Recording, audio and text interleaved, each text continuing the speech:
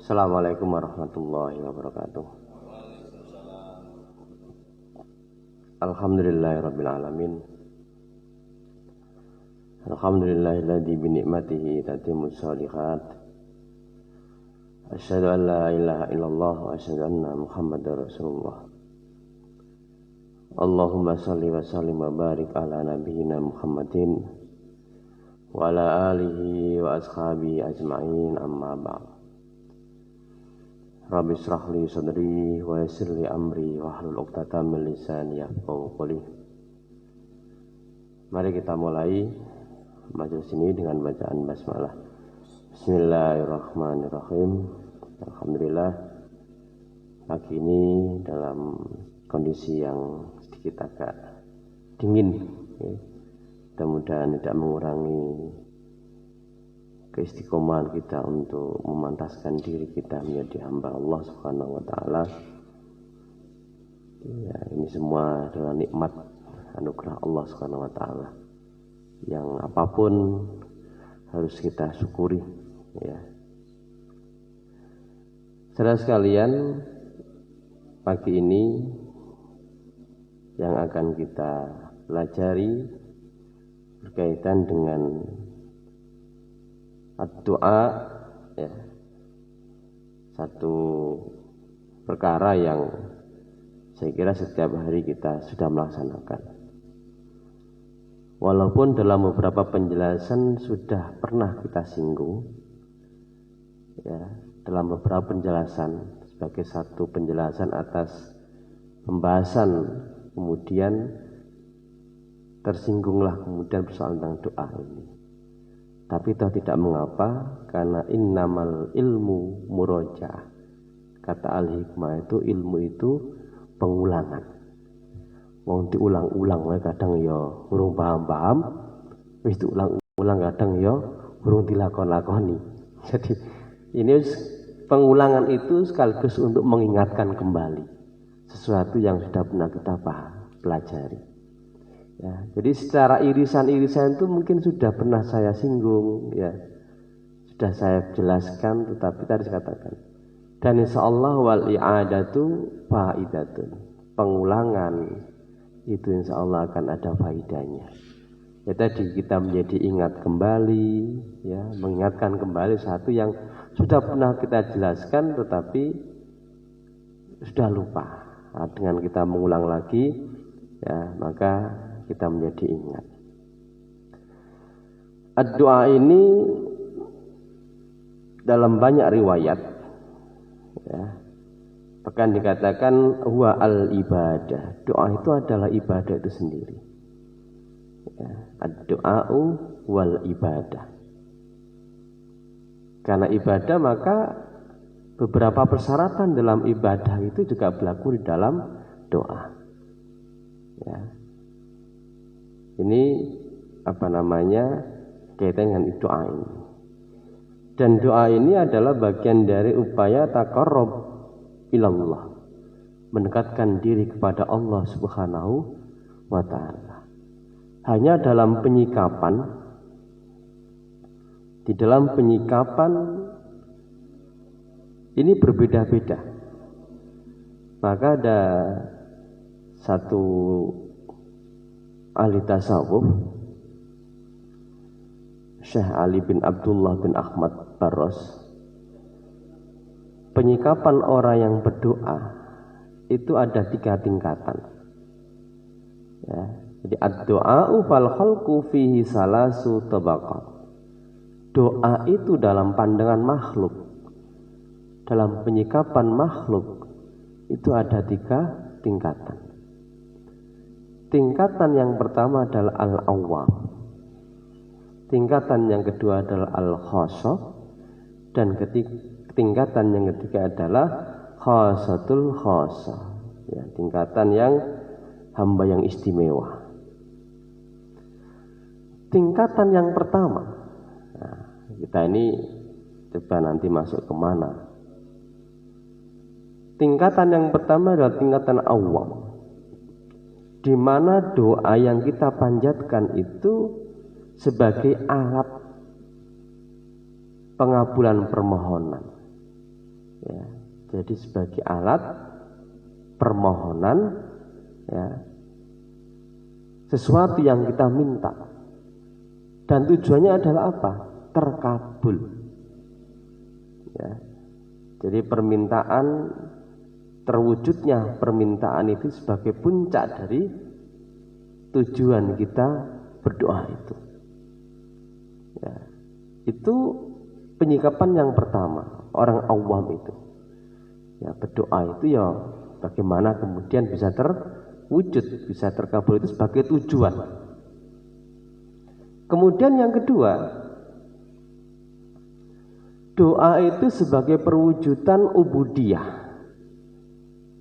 penghambaan dia kepada Allah Subhanahu wa taala. Maka berkait dengan hadis Nabi, ad-doa'u huwal ibadah. Doa itu adalah ibadah. Jadi kita beribadah kepada Allah Subhanahu wa taala itu sebagai bentuk al-ubudiyah, penghambaan kita atas berbagai macam nikmat yang telah Allah berikan kepada kita.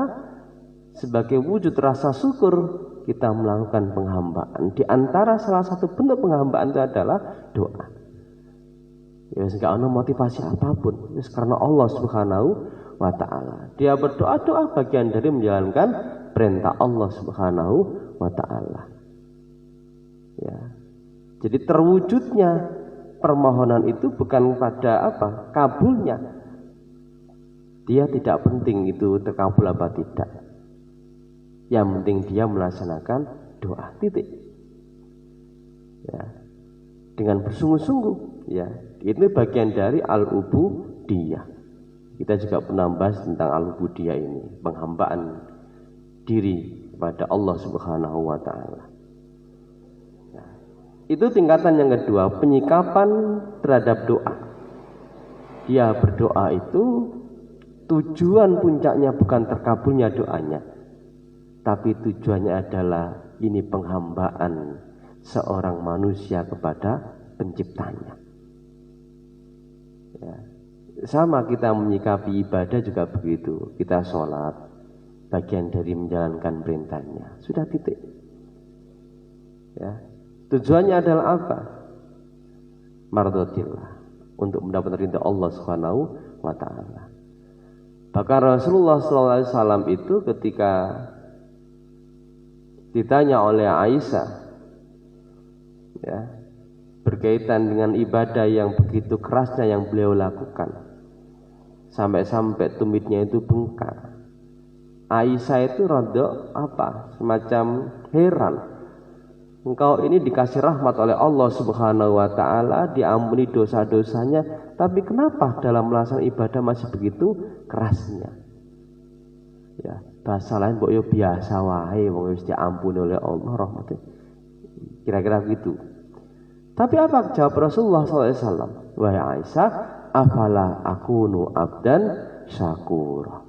Wahai Aisyah, tidak bolehkah saya ini menjadi hamba yang bersyukur? Jadi dia beribadah itu dalam rangka syukur. Allah sudah ngasih rahmat oleh begitu banyaknya kepada Rasulullah SAW. Rasa syukurnya adalah dengan melaksanakan ibadah itu. Ya. Ini yang disebut dengan al-ubudiyah. Berdoa juga sama. Ya. Jadi berdoa itu pengaduan diri kepada Allah Subhanahu wa taala, Zat yang Maha Agung, Zat yang Maha Besar. Karena setiap pengaduan yang kita lakukan, ya, itu kepada manusia, itu biar jadi manusia itu nek pertama sekali itu mungkin gak ada masalah. Permintaan, permohonan kepada manusia sekali, dua kali mungkin gak ada masalah. Tapi nek sering itu yang kita minta itu ya judek juga. Nyolak njaluk wae. Apalagi dalam bab materi. Ya.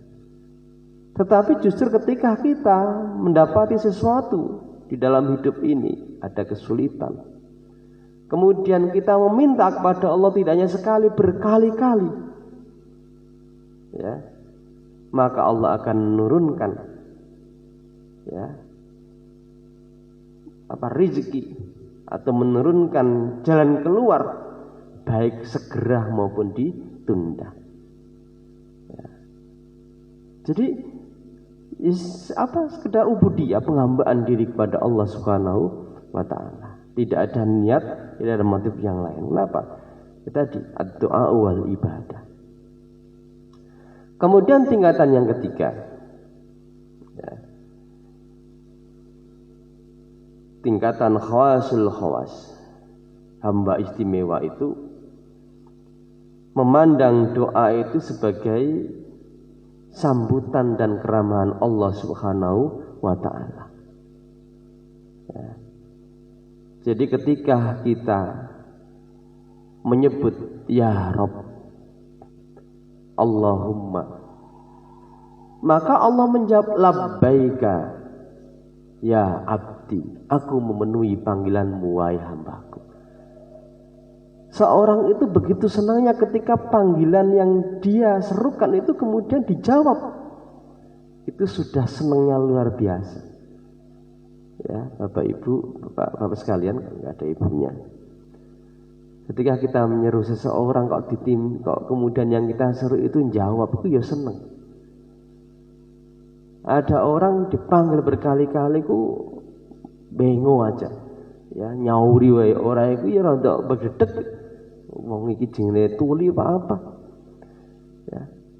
Jadi ketika termasuk misalnya gini ya, kadang saya sendiri ya rontok ini. Anak saya itu kadang wedolan HP diceluk sekali ku ora semaur. Kedua kali lagi nek rontok dikeras iki nembe semaur. Ya. Ya. Lah ini tidak. Ya, begitu kita mengucapkan ya Rabbi, Allahumma ya Allah, langsung dijawab oleh Allah labbaika ya abdi. Iku seneng luar biasa. Jadi nggak ada permintaan permohonan apapun ketika dia berdoa, nggak ada motif apapun, hanya seneng ketika ucapannya itu, seruannya itu kemudian ditanggapi oleh Allah secara langsung. Wah, itu senengi luar biasa. Ya. Nah, penyikapan ini ya tentunya setiap orang berbeda-beda. Setiap orang berbeda-beda di dalam hal penyikapan. Tergantung pada tingkat pengetahuan, tergantung pada tingkat religiositasnya, ya, kesadaran atau pengalaman batinnya, ya, dalam beragama itu yang membedakan masing-masing orang di dalam penyikapan doa ini. Nah, kelasnya awake dhewe itu ya mungkin saya pertama. Kelasnya awake dhewe iki isek pertama. Setiap kita doa itu berharap doa kita itu dikabulkan. Kelasnya awake dhewe itu baru itu. Ya. Jadi setiap kita berdoa berharap doa kita dikabulkan. Nah, berkaitan dengan mekanisme, ya, bagaimana doa itu dikabulkan oleh Allah Subhanahu wa taala, ada 3 cara. Yang pertama, Allah mengabulkan langsung setiap permintaan kita. Ya. Berkaitan dengan ini sangat banyak Al-Quran. Misalnya, wa idza sa'alaka ibadi anni fa inni qarib ujibu da'watad da'i da'ani. Apabila hambaku bertanya kepadamu tentang diriku, fa inni qarib, maka sesungguhnya aku itu dekat. Sangat dekat Allah itu. Ujibu da'watad da'i, saya akan mengijabahi setiap doa yang berdoa. Ya. Idza da'ani, apabila ia berdoa kepada. Ya, banyak Al-Quran itu sifatnya itu ya memang ada yang langsung, karena memang yang umat ini beragam pengetahuannya, ya, termasuk dalam hal ini. Ya, setiap orang berdoa maka Allah mengijabahinya. Ujibu da'watad da'i idza da'ani. Ya, maka mekanisme yang pertama apa? Ketika kita berdoa kepada Allah Subhanahu wa taala, Allah mengabulkan di dunia ini. Dikabulkan oleh Allah Subhanahu wa taala. Apa yang kita harapkan, apa yang kita mohonkan, apa yang kita minta. Cuma kita harus berhati-hati. Sekedar untuk introspeksi diri, muhasabah. Begitu kita meminta kepada Allah kemudian dikabulkan, kita langsung muhasabah. Iki jeneng ngulu-ngulu apa beneran? Ya, ini istidraj, ya, atau itu betul-betul bagian dari nikmat yang telah Allah berikan kepada kita. Karena memang tipis sekali bedanya, tipis sekali. Apa yang bisa kita identifikasi ini istidraj atau ini bagian dari nikmat Allah. Begitu kita meminta dikabulkan oleh Allah Subhanahu wa taala. Ya. Pada saat yang bersamaan kita itu malah justru jauh dari Allah, maka itulah istidraj. Dikasih rezeki oleh Allah dengan mudah. Nah, doa kita begitu, ya Allah berikan rezeki wasi'an, rezeki yang sangat luas. Ya. Begitu Allah memberikan kita, justru kita itu malah bakhil atas harta yang kita miliki. Maka itulah istidraj. Ya, ini untuk muhasabah. Tapi memang mekanisme dalam doa itu Allah mengabulkan di dunia ini. Yang kedua, tidak dikabulkan di dunia, tetapi Allah menyimpannya, ditunda. Doa kita itu tidak dikabulkan langsung, tetapi ajal, ditunda, tempo, ya, disimpan oleh Allah Subhanahu wa taala. Karena bisa jadi yang diminta itu kalau dikasih misalnya, ya, menjadi tidak baik.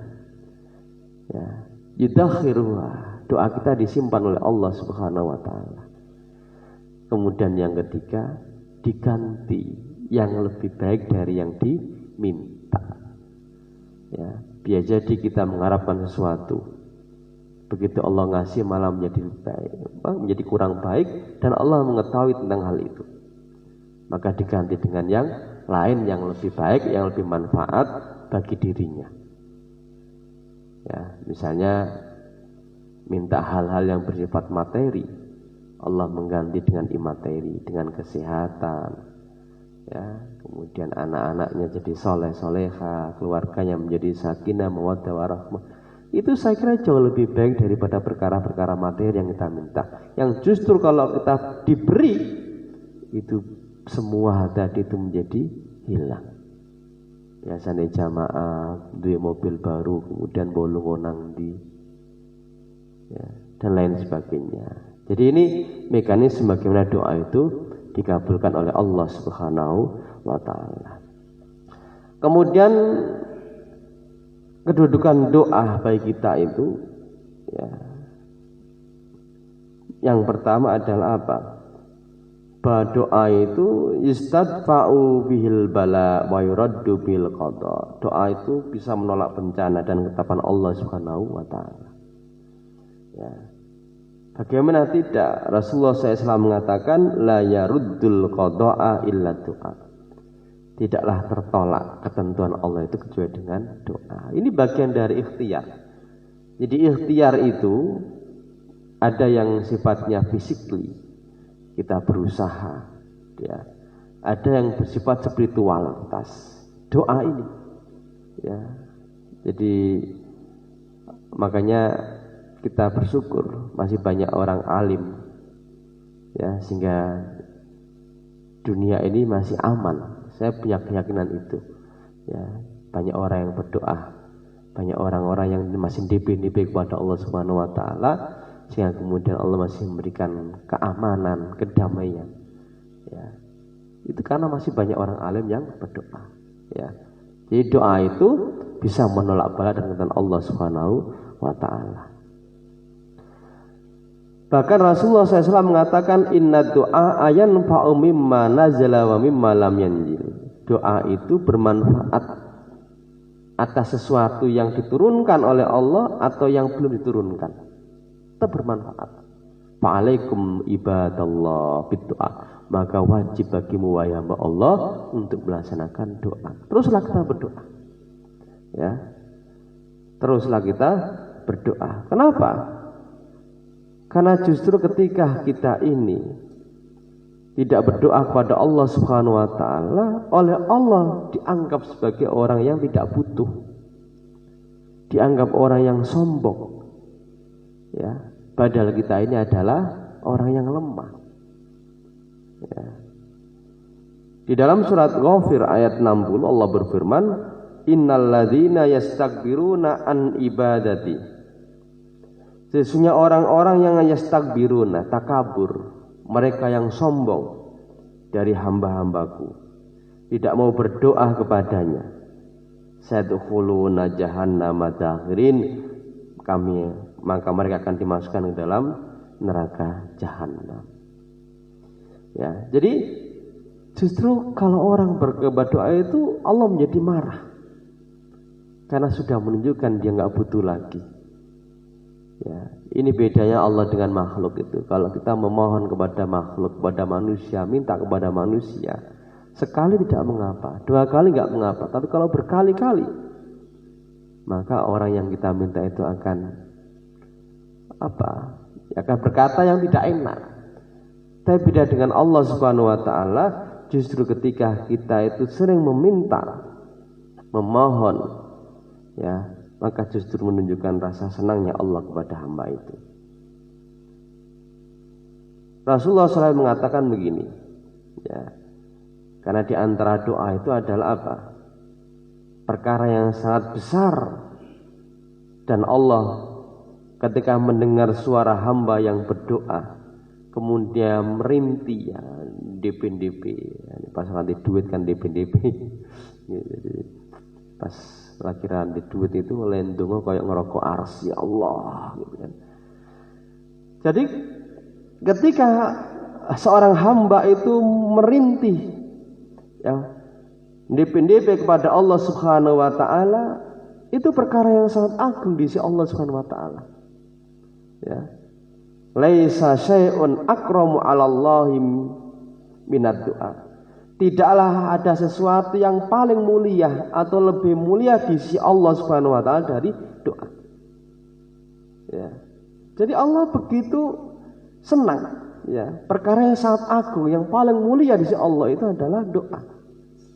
Maka begitu ada seorang hamba, ya, DP kepada Allah Subhanahu wa taala memohon, baik memohon ampunan, memohon sesuatu, minta sesuatu, maka ini perkara yang paling mulia. Ya.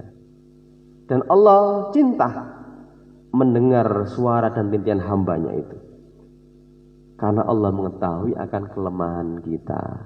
Allah mengetahui bahwa kita itu sangat butuh akan sesuatu, dan inilah perkara yang paling mulia di sisi Allah Subhanahu wa ta'ala. Karena tadi begitu kita ini tidak mau berdoa kepada Allah, justru yang muncul Allah itu murka kepada hamba itu. Ya.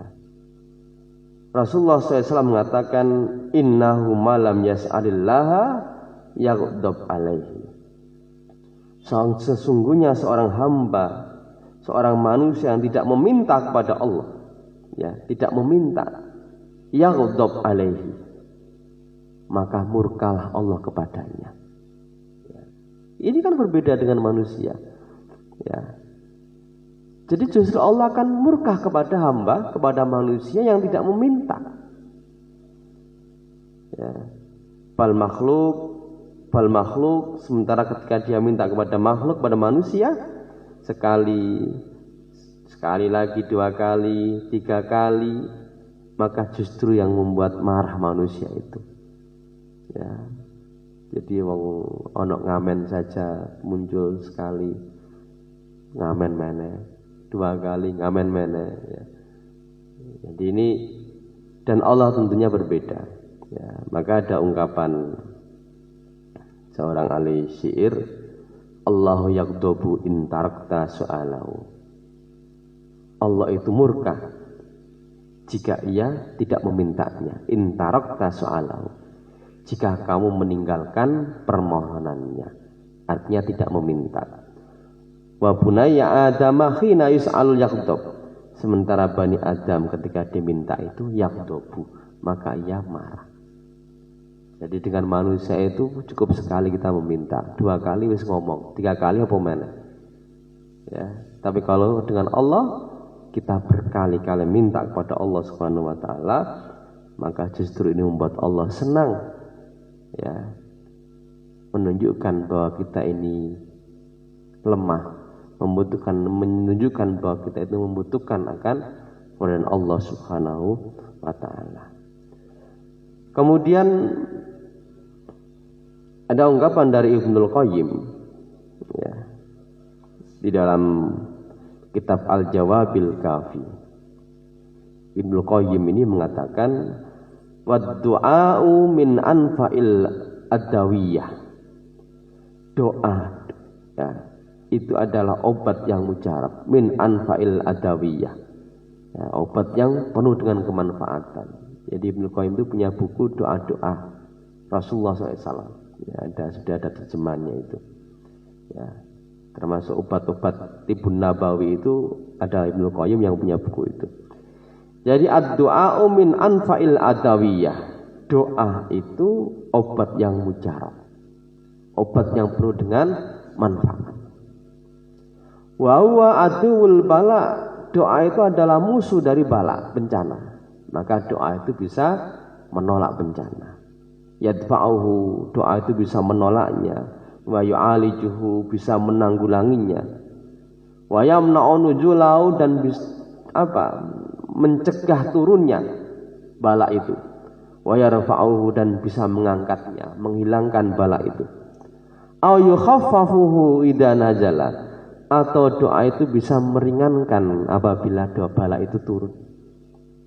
Wa wasilahul mukmin, dan inilah senjatanya orang mukmin. Senjatanya orang mukmin itu adalah ad-doa, ya. Jadi sekali lagi doa ini bagian dari ikhtiar juga, ya. Maka kita tidak bisa, ya, melakukan satu aktivitas itu berdasarkan kepada akal dan otot misalnya. Tetaplah kita harus iringi doa. Setiap aktivitas fisik yang kita lakukan, tetaplah kita berdoa kepada Allah. Karena yang menjadikan satu peristiwa, menjadikan sesuatu itu mudah, itu sebenarnya adalah Allah Subhanahu wa taala. Kalau Allah membuat sulit, maka menjadi sulit walaupun itu satu yang sangat mudah. Tetaplah kita berdoa kepada Allah Subhanahu wa taala. Kita tautkan lisan kita mengucapkan, hati kita meyakini. Maka inilah sebagai satu jalan ikhtiar kita atas segala aktivitas hidup yang kita lakukan.